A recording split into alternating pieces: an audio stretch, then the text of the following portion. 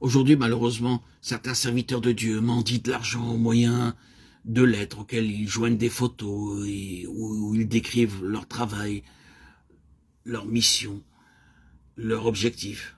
Ils demandent, ils quémandent toujours et toujours de plus en plus d'argent. Ils ne se contentent pas de ce qu'ils ont et c'est la raison pour laquelle ils restent des mendiants, de pauvres gens, aussi bien habillés qu'ils soient.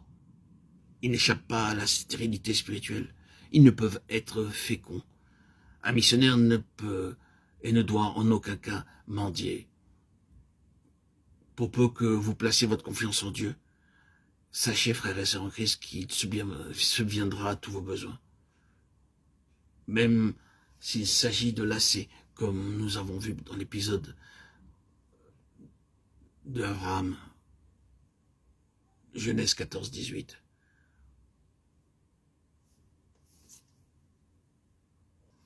Le patriarche répondit, « Même si mes vêtements sont déchirés et mes chaussures usées, je n'accepterai ni fil ni lacet. Bien que je sois affamé, je ne toucherai à aucun de tes aliments. » Il apparaît ainsi qu'Abraham refusait les biens, non parce qu'il était riche et n'en avait pas besoin, mais pour montrer qu'il dépendait exclusivement de Dieu pour tous ses besoins, ne fût-ce que pour un lacet. Genèse 14-18. Ceci se dégage du récit d'Abraham.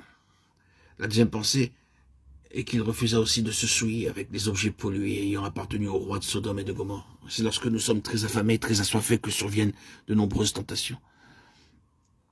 L'assurance que Dieu pourvoira tous nos besoins commence alors à faiblir. Beaucoup de prédicateurs et de soi-disant serviteurs de Dieu ne méritent pas du tout ce nom. Ils ont l'accoutrement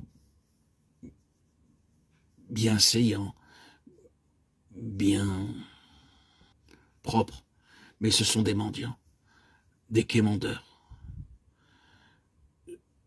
Placez votre confiance en Dieu, il subviendra à tous vos besoins.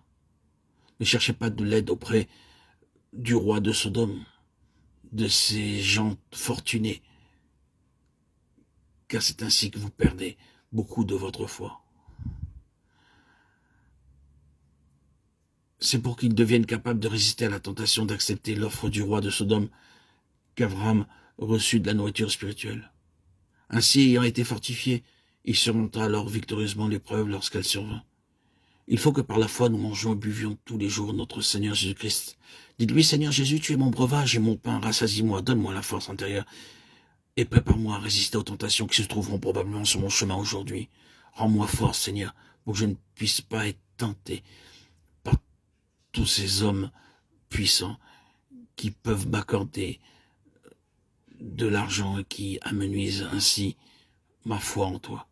Préserve-moi de la souillure des biens de Sodome. Aide-moi à mettre ma confiance en toi et en toi seul. Aide-moi à compter sur toi seul pour tous mes besoins. Et croyez-le, le Seigneur honorera votre foi. Abraham donna à Melchisédek la dîme de tout ce qu'il possédait. Il agit ainsi pour montrer que c'est avec l'aide de Dieu qu'il avait mis l'ennemi en déroute. Il confessait en même temps que le même Dieu subviendrait à l'avenir à tous ses besoins. En donnant la dîme, nous témoignons que tout ce que nous avons est en lui.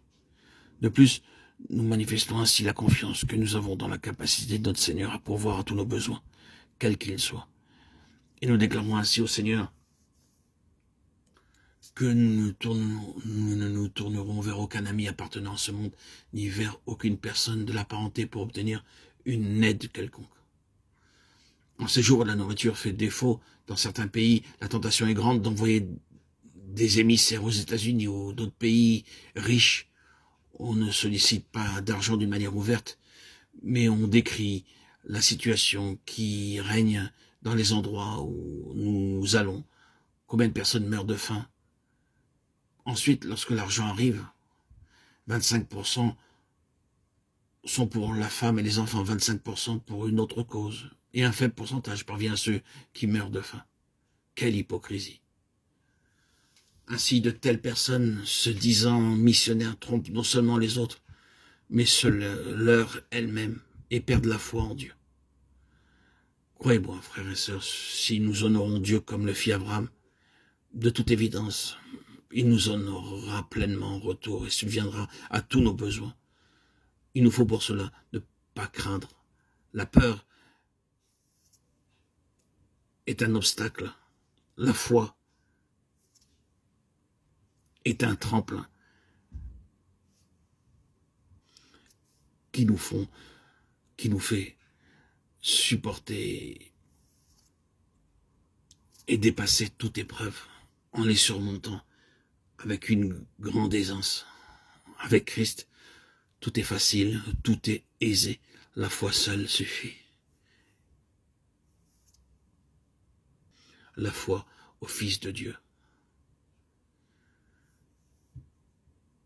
Rappelons-nous de ce qui est écrit dans Genèse 15. Abraham, crois en moi et en ma parole. Je suis ton bouclier et ta très grande récompense.